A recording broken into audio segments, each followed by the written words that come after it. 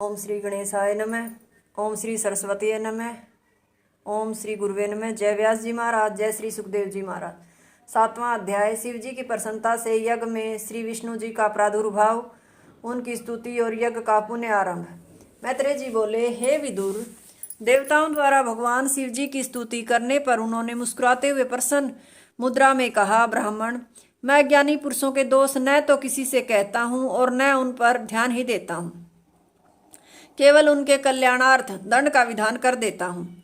अब आप जैसा चाहें वैसा ही हो जाएगा। दक्ष का मुख बकरे का हो। भग नाम के सूर्य अपना भाग मित्र देवता के चक्षु से देखे। पूषा यजमान के दांतों से भोजन करें और पीस कर खाएं अथवा पीस कर खाएं।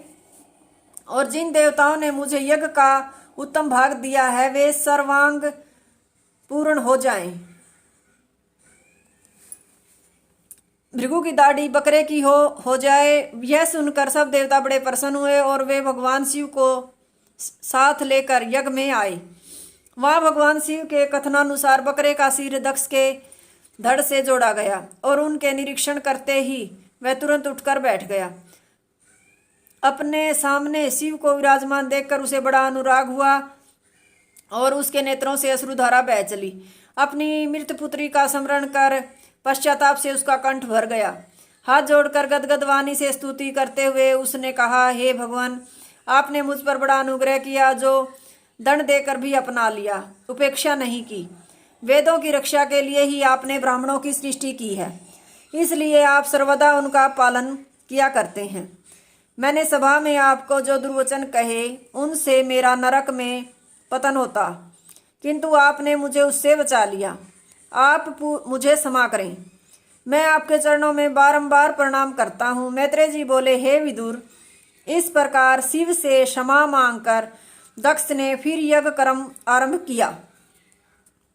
वीरभद्र के द्वारा दूषित यज्ञ की शुद्धि के लिए विष्णु देवता के निमित्त पुरोडास भोग कपालों में रखकर मंत्र पूर्वक भगवान के अर्पण किया और हाथ जोड़कर शुद्ध बुद्धि से उनका ध्यान किया, जिससे तत्क्षण गरुड़ आरूढ़ भगवान विष्णु प्रकट हो गए और उनसे सब दिशाएं प्रकाशमय हो उठी।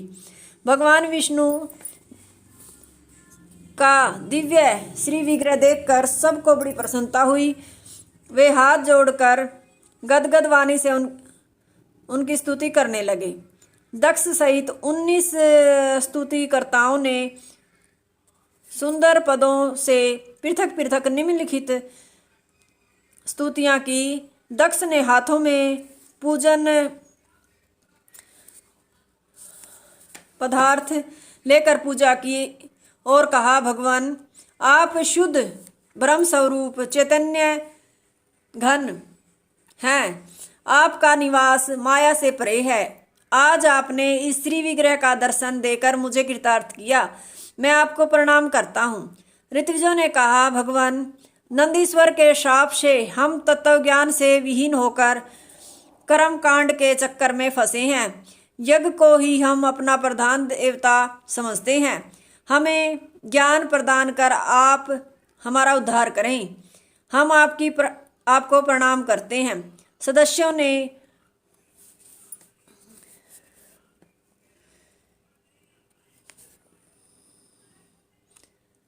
मंदाक्रांता छंद से स्तुति करते हुए कहा, हे शरणद, यह अज्ञानी जीव समूह विश्वों में आसक्त होकर संसार सागर में गोते खा रहा है। इसका उद्धार कर आप इसे अपनी शरण में लीजिए। रुद्र ने मालिनी छंद कहा, हे वरद, निष्काम भक्तों द्वारा आदरणीय आपके चरण कमलों में ही मेरा मन निरंतर रमा रहे। अज्ञानी जीव मेरे वास्तविक स्वरूप को समझ नहीं पाता, आपसे मुझे भिन्न समझता है। उसकी भेद बुद्धि को नष्ट कर आप उसे अपना लें, यही आपका मेरे ऊपर परम अनुग्रह होगा। भृगु ने भगवत तत्व की दुर्ज्ञता ब्रह्मा जी ने माया निर्लिप्तता, इंद्र ने भगवान के श्री विग्रह की सत्यता और उपयोगिता का वर्णन करते हुए भगवान की स्तुति की। ऋतुजों की पत्नियों ने यज्ञ को पवित्र करने की प्रार्थना की एवं ऋषियों ने भक्तों की अपेक्षा लक्ष्मी जी के प्रति भगवान की उदासीनता बताई। सिद्धों ने भगवत कथा संबंधी सुख का अभिनंदन करते हुए भुजंग पर्यात छंद से स्तुति की। हे प्रभो, हमारा मन रूपी गज त्रिशाक से व्याकुल होकर आपकी कथा रूपी अमृत नदी में प्रविष्ट हो गया है। अब उसे दावा अग्नि तुल्य सांसारिक क्लेशों का न तो अनुभव होता है, न वह वहां से निकलना ही चाहता है। आपकी कथा धन्य है। यजमानी दक्ष पत्नी ने त्रिगवनी छंद से स्तुति की। हे श्रीनिवास, आपका स्वागत हो। लक्ष्मी के सहित आप सदा हमारी रक्षा करें। आपको नमस्कार है। आपके बिना अंगों से परिपूर्ण भी यज्ञ वैसे ही शोभित नहीं होता जैसे सिरकटा पुरुष।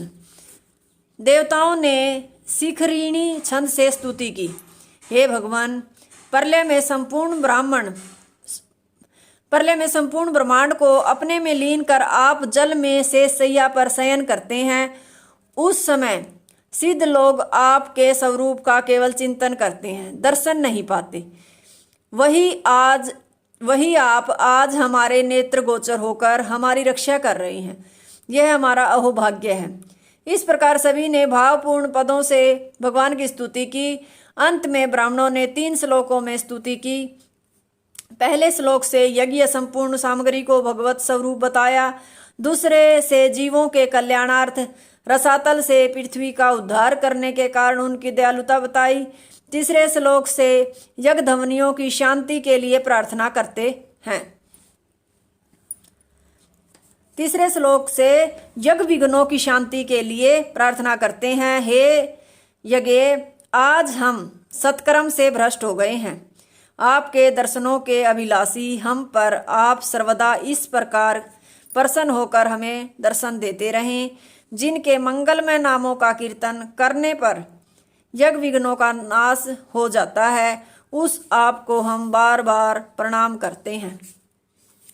मैत्रेय जी बोले, हे विदुर, इस प्रकार सब ने विविध पदों से भगवान श्री विष्णु जी की स्तुति की।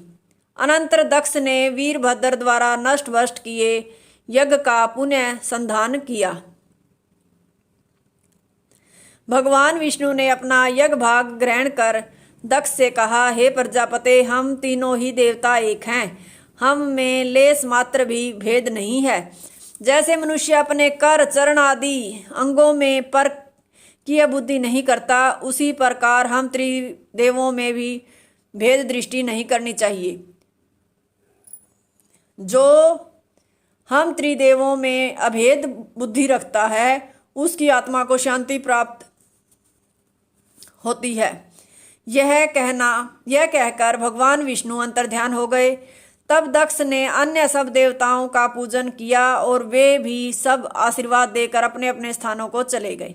सती ने अपने शरीर त्याग के बाद मेना में से उत्पन्न हो दूसरे जन्म में अपना पति भगवान शिव को पुनः प्राप्त किया। जो प्रतिदिन भगवान शिव का यह मंगलमय चरित्र श्रवण करता है, उसकी पाप राशि भस्म हो जाती है और उसकी त्रिदेवों में संबुद्धि होती है। चतुर्थ स्कंद का 7वां अध्याय समाप्त। हरिओम तत्सत।